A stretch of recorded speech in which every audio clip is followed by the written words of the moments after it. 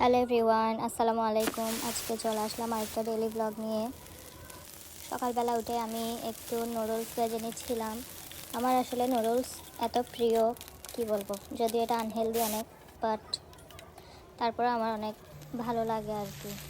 তো এই তো আমি একটা নুডলস ভেজে নিচ্ছিলাম, কিন্তু দেখছি কি এটা রামেনের মতো হয়ে গেল কালারটা, কেন জানি।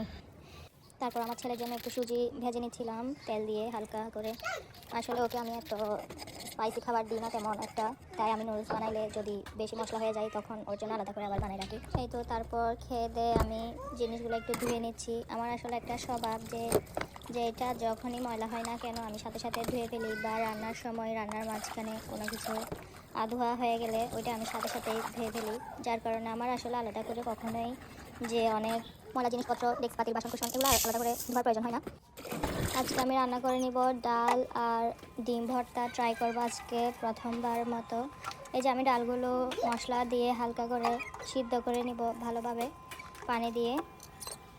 ততক্ষণ আমি ডিম ভর্তা করার জন্য আর ডালের জন্য পেঁয়াজ, মরিচ এগুলো রেডি করে রাখছিলাম। ডিম ভর্তাটা আসলে আমি প্রথমবারই ট্রাই করছিলাম, জানি না খেতে কেমন হয়, যেমন হয় আর কি, দেখি ট্রাই করে প্রথমবার। এই যে মাখা শেষ হয়ে গেল, দেন আমি ডালটা একটু ঘুটে নিব। তারপর এই যে দেখছেন আমি সাথে সাথে সব কিছু ধুয়ে রেখে দেওয়ার চেষ্টা করি, যাতে পরে আর হ্যাসেল হয়ে না যায় আমার জন্য।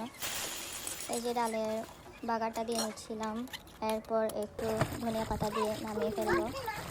এই যে সাথে সাথে ধুয়ে রেখে দিচ্ছি। আর আমার বেসিনটা একটু পরিষ্কার করে নিব, এইটাতে না একদমই পানি নামতে চায় না তাড়াতাড়ি।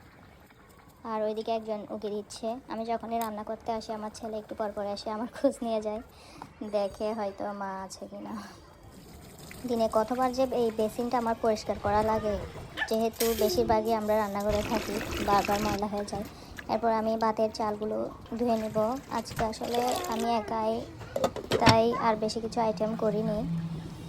একজন মানুষ আসলে এত কিছু একসাথে খাওয়াও যায় না।